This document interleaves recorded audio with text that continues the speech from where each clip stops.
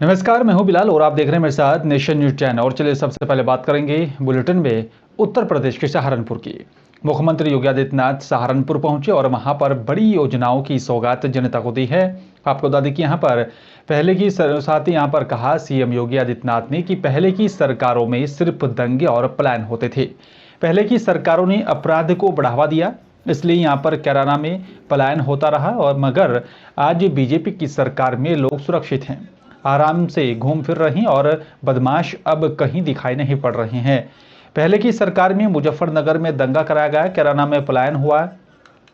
BJP की सरकार में कैराना से पलायन करने वाले वापिस अपने घर आ चुके हैं।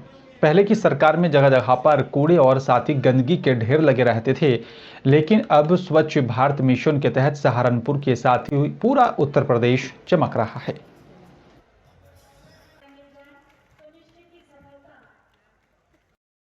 हरियाणा के मुख्यमंत्री मनोहर लाल खट्टर सेक्टर 22 फरीदाबाद में पहुंचे। आपको बता दें कि यहाँ पर फरीदाबाद महानगर विकास प्राधिकरण की यहाँ पर 2 जल आपूर्ति परियोजनाओं का उद्घाटन किया। वहीं उन्होंने बता दें कि यहाँ पर फरीदाबाद NIT दशहरा मैदान के विकास कार्यों और साथ ही सौंदर्यीकरण से और उसके अलावा अनखेर चौक से दिल्ली सीमा तक विशेष सड़क मरम्मत कार्य का भी शिलान्यास किया। इस अवसर पर कैबिनेट मंत्री मूलचंद शर्मा, विधायक नैनपाल रावत, विधायक राजेश नागर, सीमा तिरखा के अलावा तमाम विधायक गण भी वहां पर मौजूद रहे। बीजेपी कार्यकर्ताओं के अलावा भारी संख्या में स्थानीय लोग भी वहां पर मौजूद थे।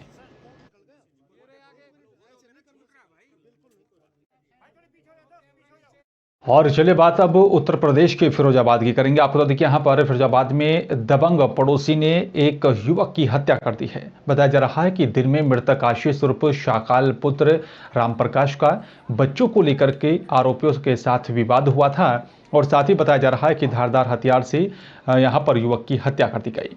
5 थानों की पुलिस फोर्स मौके पर पहुंच गई थी। मृतक के परिजनों ने आरोपी के मकान के सामने ही शव को रख दिया था और आक्रोश वहां पर देखा गया। सूचना पाकर पुलिस मौके पर पहुंच गई थी। बताया जा रहा है कि मामूली से बच्चों के विवाद ने यह विकराल रूप लिया। शिकोहाबाद में सामने काजी टोला मोहल्ला है, वहाँ पे 2 पड़ोसियों के बीच में बच्चे आपस में खेल रहे थे, उसको लेकर कुछ विवाद हुआ। उसके बाद दोनों पक्षों में मारपीट हुई। उसमें एक पक्ष का एक 25 वर्षीय युवक जिसके सर में चोट लगी, गंभीर चोट के बाद उसको तत्काल वहाँ से हॉस्पिटल ले गया गया, जहाँ पे वो मृत घोषित हो गया है। हम लोगों ने तत्काल मौके पर जाकर वहाँ परिजनों से बात की है और जो शव है उसको हम लोगों ने मोचेरी भिजवा दिया है। इसमें अभियोग पंजीकृत करके विधिक कार्रवाई की जा रही है और जो आरोपी हैं उनकी गिरफ्तारी के लिए टीमें बना दी हैं। बहुत जल्दी गिरफ्तारी की जाए। चलिए बात हापुड़ की कर लेते हैं। आपको देखिए यहाँ पर हापुड़ के असोड़ा में युवाओं को यहाँ पर खेल के प्रति जागरूक और साथ ही आने वाली पीढ़ियों को नशे की लत से दूर रखने के उद्देश्य से ही 8 दिवसीय विशाल दंगल का आयोजन किया गया, जिसमें यहाँ पर कई राज्यों के पहलवानों ने शिरकत की है।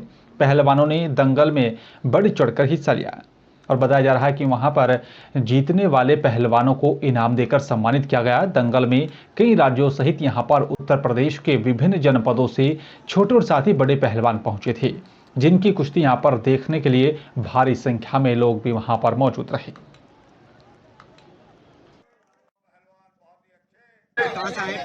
मैं हरियाणा से आया हूँ। कुश्ती का मेन उद्देश्य यही है भाई, जैसा आजकल नशा बढ़ रहा पब्लिक में, नशे की तरफ ध्यान न करके अपने शरीर का ध्यान दे, अपने घर को का नाम रोशन करे, अपनी सेहत पर ध्यान दे। और ये जगह जगह जो दंगल होते हैं इनका मेन उद्देश्य यही है, नशा मुक्त भारत, नशा बिल्कुल जड़ से खत्म हो जाए भारत में। यहाँ हरियाणा, पंजाब, दिल्ली, भारत के कोने कोने से अनेक पहलवान आए हुए हैं। ये जो दंगल कराया जा रहा है इसलिए कराया जा रहा कि हमारे उत्तर प्रदेश में पहलवानी धीरे धीरे ख़त्म होती जा रही, ताकि हमारी कुश्तियों को बढ़ावा मिले। और जो आज के नए युवक बच्चे हैं, जो छोटे छोटे बच्चे हैं, पान गुटखा तंबाकू और नशे के आदी होते जा रहे हैं, ताकि पहलवानों को देखकर उन बच्चों में उत्साह पैदा हो जाए और कुश्ती जागरूकता पैदा हो। इस दंगल में पहलवान बमेटा, उत्तर प्रदेश केसरी विजयपाल अखाड़ा और हरियाणा कलियर शरीफ कई जगह के पहलवान फिलहाल यहाँ पर उपस्थित हैं। और चलिए बात अब उत्तर प्रदेश के जिला सहारनपुर के कस्बा बेहट की करेंगे। आपको बता दें यहाँ पर शेख बिरादरी बेहट की यहाँ पर एक अहम मीटिंग का आयोजन किया गया है। बताया जा रहा है कि यहाँ पर जिसमें नशाखोरी को दूर करने, एजुकेशन का ग्राफ बढ़ाने और फिजूल खर्ची को कम करने और साथ ही बिरादरी को एकजुट करने को लेकर जोर दिया गया। इसी दौरान यहाँ पर बता दें कि यहाँ पर शेख समाज सेवा समिति का गठन किया गया, जिसमें शमीम अहमद को सर्वसमिति से यहाँ पर अध्यक्ष, सदर और साथ ही शाहनवाज सिद्दीकी को महासचिव चुना गया है।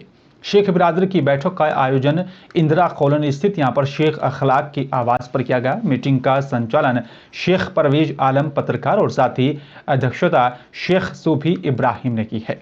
कार्यक्रम को संबोधित करते हुए वक्ताओं ने कहा कि यहाँ पर हमें युवा पीढ़ी को नशे के प्रति जागरूक करना होगा। नशा सभी बुराइयों की जड़ है। उन्होंने यहाँ पर बिरादरी को एक मंच पर आकर अपनी ताकत का एहसास कराने की भी अपील की है और साथ ही कहा कि हमें अपने बच्चों को हायर और साथ ही यहाँ पर मॉडर्न एजुकेशन दिलानी चाहिए ताकि हमारी कौम के बच्चे भी मुस्तकबिल में यहाँ पर मुल्क और साथ ही समाज की सेवा करने में अपनी अहम भूमिका अदा करें। तंजीम है, लेकिन अगर फाल तंजीम नहीं है तो सिर्फ एक ऐसी हमारी बिरादरी है। ये चाहे तो हम लोगों की कमज़ोरी, हमारे बड़ों की कमज़ोरी या जो भी हालात रहे हों, उनकी वजह से आज तक हमारी कोई तंजीम नहीं। हाँ, पहले जैसे चौधरी हुआ करते थे, औजारों की ज़रूरत पड़ती है और अगर हमारे पास वो औजार मौजूद नहीं है तो हम उसमें फेल हो गए। तो मेरी थोड़ी सी बस शोर में यही बात है, हम लोगों को समझना चाहिए और एक समझदारी से काम लेना चाहिए। इंजन तभी खुलेगा और तभी बनेगा जब सारे औजार उसमें लगेंगे, हमारी ताकत होगी। और जब हमारी ताकत मेरे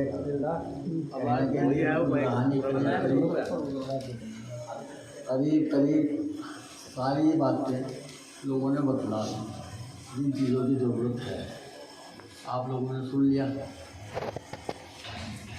एक थोड़ी सी बात है मेरे जहन में, अपनी बिरादरियों के संगठन बनाकर अपनी बिरादरी को एकजुट रखते हैं, लेकिन ख़ास तौर पर हमारे कस्बे में बेहट में हमारी बिरादरी इतनी पिछड़ी हुई है कि सब कोई विकास नगर की। और चलिए बात अब जनपद चमोली की करेंगे। आपको बता दें यहाँ पर गौचर नगर के ऐतिहासिक और साथ ही विशाल मैदान में हर साल आयोजित होने वाले यहाँ पर 7 दिवसीय उत्तराखंड का सुप्रसिद्ध और साथ ही ऐतिहासिक 70वीं राजकीय औद्योगिक विकास और साथ ही सांस्कृतिक गौचर मेला में यूँ तो यहाँ पर बहुत कुछ दिखाने और साथ ही देखने को मिला है। आपको बता दें कि यहाँ पर और इसी के माध्यम से आप लोगों को भी यहाँ पर समय समय पर बताते हैं और साथ ही दिखाते आ रहे हैं कि इस मेले के विशाल सांस्कृतिक मंच पर दर्शकों से यहाँ पर राज्य और साथ ही देश की नामी गिरामी कलाकार और गायक हस्तियाँ अपनी कला से लोगों का मनोरंजन कर खूब वाही बटोरते रहे हैं। मेरे को मतलब हम में से किसी को भी ये नहीं था कि हम फर्स्ट आएंगे, ऐसा कुछ होगा। और इतना अच्छा लग रहा है, मतलब इतना अच्छा हमने कभी नहीं सोचा था ऐसा होगा और बहुत अच्छा लग रहा है जीत के, बहुत खुशी हो रही है। और इनफैक्ट यहाँ पे सभी हैं तो सबके साथ और भी ज़्यादा अच्छा लग रहा है, कभी इतना एक्सपेक्ट नहीं किया था। और गाना हमारा बहुत प्यारा था, 2 गाने हमारे मिक्स थे। हमारा पहले वाला हमारा गाना था धारमा और ख्याली फिर 14 ड्यूं बतौचा, और दूसरा गाना हमारा था जंसू लगियों खुटियों माँ दिरास नरो पिचोला। और बहुत प्यारा गाना भी सिंगर्स ने गाया और हमने भी डांस बहुत अच्छा किया। सबसे पहले 70वें औद्योगिक एवं सांस्कृतिक गौचर मेले के शुभ अवसर पर मैं सभी को बधाई दूंगा और साथ ही साथ मैं बधाई देना चाहूँगा उस हर एक कार्यकर्ता को जिसने इस मेले को सफल बनाने में सहयोग किया है।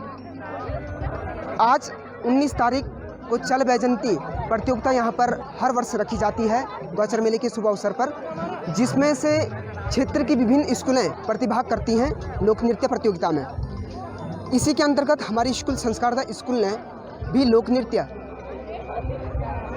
नृत्य प्रतियोगिता में जूनियर लेवल पे प्रथम स्थान प्राप्त किया। और चलिए बात अगली खबर की करेंगे। आपको तो देखिए यहाँ पर आशीष गुप्ता ने जो है बड़ा जो है पलटवार किया है, क्योंकि जिस तरीके से कांग्रेस की तरफ से पहले बीजेपी पर आरोप लगाया गया, लेकिन उसके बाद आशीष गुप्ता ने भी एक बड़ा पलटवार किया है। भारत जोड़ो यात्रा पर जो है कई सवाल को उठाया। कांग्रेसी देखें यहाँ पर अपनी नेताओं को, यहाँ पर जो कांग्रेसी भारत जोड़ो यात्रा के नाम पर भारत तोड़ो यात्रा निकाल रहे हैं, देश का ख्याल नहीं कांग्रेसी नेताओं को बिल्कुल भी। और साथ ही आपको देखिए यहाँ पर आशीष गुप्ता ने कहा कि धामी सरकार के विकास कार्यों पर कांग्रेसियों ने जो है सवाल खड़े किए हैं। देखिए, कांग्रेस ने जो भी नीतियां निकाली वो जनमानस की भलाई के लिए निकाली, और बीजेपी जो भी वादे करती है वो केवल वक्ती तौर पे होता है, केवल लोगों को लुभावना एक वातावरण प्रस्तुत करने के लिए होता है।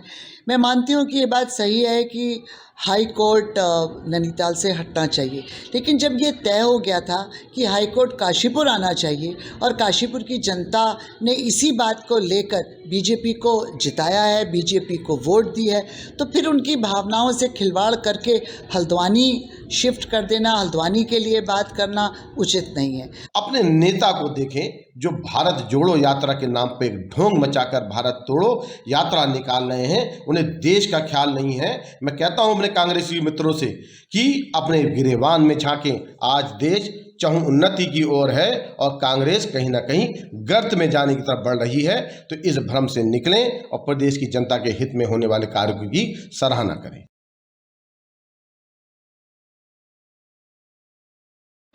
और नैनीताल हाईकोर्ट को हल्द्वानी में शिफ्ट करने को लेकर बीजेपी और साथ ही कांग्रेस में जो है अब वार प्रत्यारोप का दौर शुरू हो गया है, जहां पर विपक्ष इस फैसले से नाखुश दिखाई दे रहा है और वहीं सरकार पर काशीपुर की यहाँ पर जनता को भी बरगलाने का आरोप लगा है।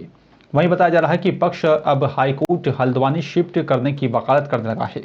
हाईकोर्ट शिफ्टिंग की बात जब से यहाँ पर गाहे बगाहे की जा रही है, तभी से यहाँ पर कुछ लोग इस मुद्दे को लेकर पक्ष में यहाँ पर खड़े थे, लेकिन कुछ लोग यहाँ पर विरोध में उतर आए थे।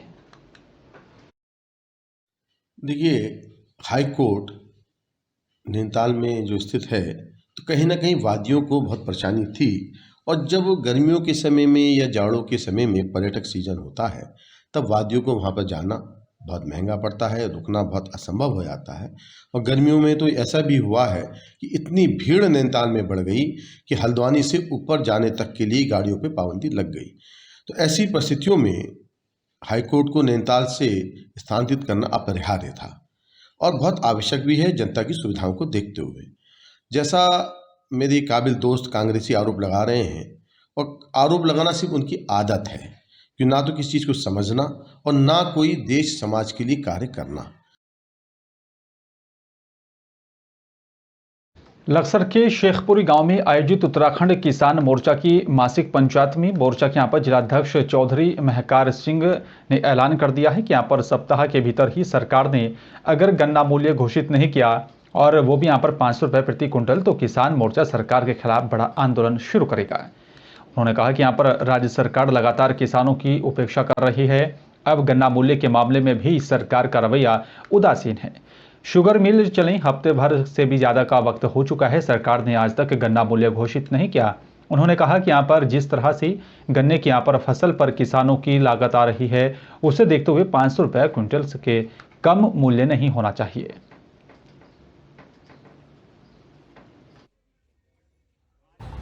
हम लोग जो मासिक पंचायत हमारी होती है, इसमें हम कोशिश कर रहे हैं कि अपने पूरे ज़िले में जो है घूम घूम करके हम ये मीटिंग करेंगे और तमाम किसानों को अपने साथ लेंगे, किसानों को जोड़ने का काम करेंगे और इसे इतनी बड़ी ताकत बनाएंगे। बहुत जल्द हम ये काम करने वाले हैं और एक बहुत बड़ा आंदोलन आप लोग देखने जा रहे हैं। जिस तरीके से सरकार ने अपनी आंखें बंद कर ली है किसानों की तरफ से, ये बहुत गलत चीज़ है और किसान हमेशा से संघर्ष से अपने रोज़ी रोटी चलाता हुआ आ रहा है। सरकार जो हमारे हक हुकूक है, जिस तरीके से उन्हें मारने का काम कर रही है, एक बड़ा संघर्ष हमें देखने को लग रहा है कि हमें बहुत जल्द खड़ा होना पड़ेगा और एक बड़ा आंदोलन आप लोगों को देखने को मिलेगा। और मुद्दा ये है कि चीनी मिलों को चले लगभग 1 सप्ताह हो गया, लेकिन राज्य सरकार ने अभी तक भाव घोषित नहीं किया। किसानों को ये पता नहीं कि जो चीनी मिल में हम गन्ना डाल रहे हैं, इसका हमें भाव क्या मिलेगा। तो सबसे उत्तराखंड किसान मोर्चे की जो मांग सरकार से भी और आगे जो हम आंदोलन जो करेंगे वो गन्ने की मांग को लेकर करेंगे कि गन्ने का जो भाव है वो लगभग 500 रुपये घोषित किया जाए, क्योंकि गन्ने की और किसान की गन्ने पर लागत लगातार बढ़ती जा रही है। इस बार जो मजदूर गन्ना छीलने वाले किसान को मिल रहे वो लगभग 43 रुपये प्रति कुंटल तक गन्ना छील रहे और वो भी मजबूरी में मिल रहे। लालकुआं नगर वासियों के लिए यहां पर नासूर बन रही शहर की यातायात व्यवस्था पर लालकुआं पुलिस क्षेत्राधिकारी अभिनव चौधरी ने यहां पर नाराजगी जाहिर करते हुए कहा है कि यातायात व्यवस्था ठीक करने के लिए सड़कों के दोनों ओर यहां पर और तिरछे अवैध रूप से यहां पर खड़े हैं तो हो रहे टेम्पो और साथी ट्रकों सहित अवैध अतिक्रमण के खिलाफ अभियान चलाकर हाल ही में यहां पर हटाया जाएगा। उन्होंने कहा कि यहाँ पर शहर की यातायात व्यवस्था सुधारने के लिए हर संभव प्रयास किए जाएंगे। उन्होंने कहा कि इससे लिए भी यहाँ पर लोगों के सहयोग की आवश्यकता है।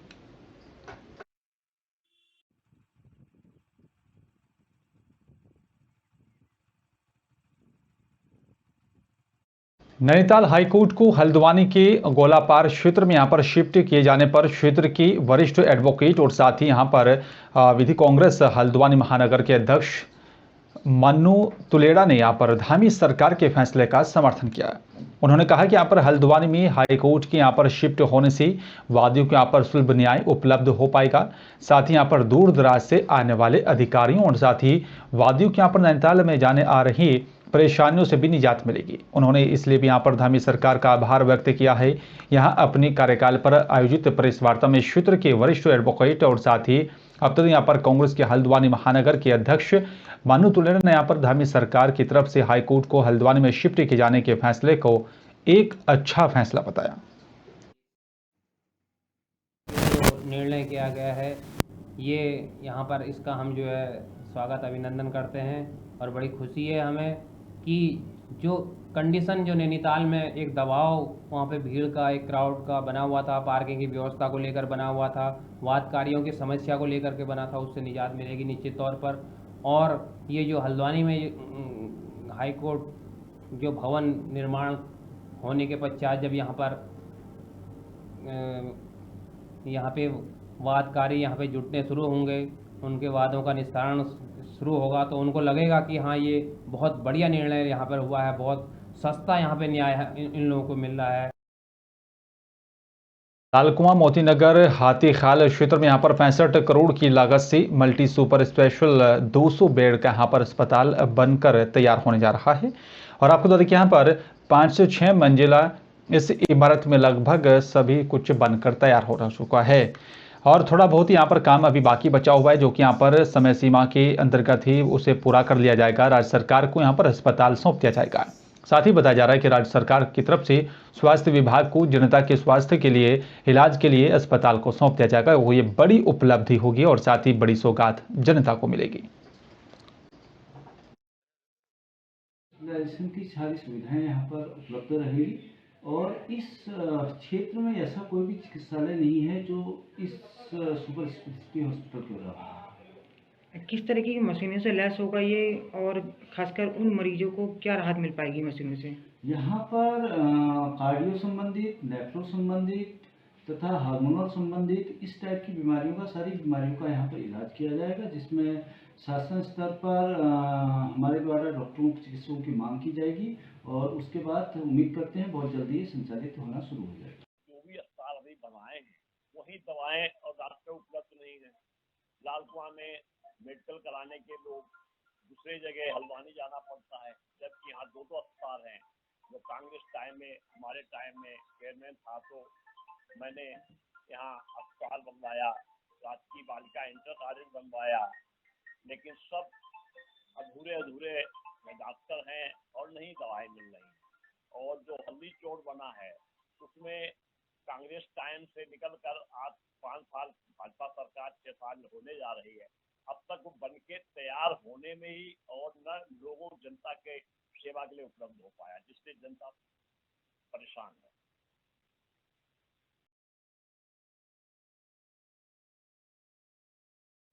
चलिए बात सिंगरौली की करेंगे। आपको बता दें यहाँ पर सिंगरौली जिले के खनहना बस्ती निवासी मुन्ना बंसल बताया जा रहा है कि यहाँ पर बीजेपी जिला उपाध्यक्ष प्रवीण तिवारी के पास इंसाफ को लेकर पहुंचे हैं।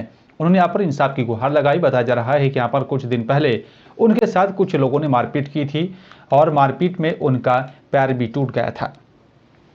साथ ही आपको बता दें कि यहाँ पर मुन्ना बंसल बैठन में डॉक्टर आरबी सिंह को अपना पैर दिखाया और डॉक्टर की तरफ से यहाँ पर एक्सरा कराया गया था और एक्सरा में फ्रैक्चर निकला। साथ ही आपको बता दें कि यहाँ पर फ्रैक्चर होने के कारण डॉक्टर आरबी सिंह की तरफ से यहाँ पर उनके पैर में प्लास्टर बांध दिया गया था। साथ ही आपको बता दें कि यहाँ पर बीजेपी नेता के पास पहुंचे और इंसाफ की गुहार लगाई है। उन्होंने एक्सरे लिखा, एक्सरे में फ्रैक्चर आया और फ्रैक्चर आने के बाद मेरे पैर में प्लास्टर बांधा गया। रिपोर्ट लिखवाया गया, एफआईआर दर्ज कराएगी। एफआईआर दर्ज करने के बाद इनका मेडिकल हुआ, मेडिकल में एक्सरे लिखा गया डॉक्टर के द्वारा। और जो ट्रामा सेंटर से रिपोर्ट आई उसमें यहाँ पे अजीत सिंह जी हैं पुलिस में, जो मुंशी का काम देखते हैं, एसआई हैं पर देखते वही हैं। उन्होंने बताया कि इनका डॉक्टर ने मेडिकल रिपोर्ट में फ्रैक्चर नहीं लिखा है। तो ये विरोधाभास हुआ है, इसके कारण मुझे ऐसे लगता है कि मेडिकल बोर्ड से इनकी जांच करानी चाहिए और इनको न्याय मिलना चाहिए। सर, मैं घर से अपने खाना खाकर वीरेंद्र सिंह की प्लांट पर हम ड्यूटी करने जाते थे। एक घर के सामने हम बैठ गए, सुर्खी खाने लगे हैं। वो लोग 5 लोग गए और दीपावली के दिन था। बोले कि इसी जगह जुआ होगा, तो हम इतने ही बोले कि खाए पियो हो, चले जाओ घर सोने, किसी के यहाँ जगह काहे तो करवाओगे। इतने ही हमको बुरा शब्द करके माँ को गाली करके काला पकड़ के 5 लोग थे, गिरा दिए हमको। डंडा यहाँ लगा, इसके बाद मार दिया, हम गिर गए। जिसका घर में हम बैठे थे वही आदमी हमको बचत किया और वही ले आकर थाना में हमको जो है तो रिपोर्ट करवाया। और चलिए बात विदिशा की कर लेते हैं। आपको बता दें कि यहाँ पर राहुल गांधी की भारत जोड़ो यात्रा 23 नवंबर को मध्य प्रदेश में प्रवेश करने जा रही है और भारत जोड़ो यात्रा के मध्य प्रदेश में प्रवेश करने से पहले ही अब विधानसभा स्तर पर कांग्रेसी नेता भी एकजुट होते हुए दिखाई दे रहे हैं। इसी क्रम में कुरवाई विधानसभा की ग्राम मलियाखेड़ा से यहाँ पर आपको बता दें कि मेलुआ तक लगभग 20 किलोमीटर की यहाँ पर पदयात्रा में बड़ी संख्या में कांग्रेसी नेता और कार्यकर्ता मौजूद रहे। इस पदयात्रा के दौरान कई जगहों पर कांग्रेसी नेताओं का स्वागत भी किया गया और भारत जोड़ो पदयात्रा के दौरान कांग्रेसी नेता अलग अलग अंदाज में दिखाई दिए।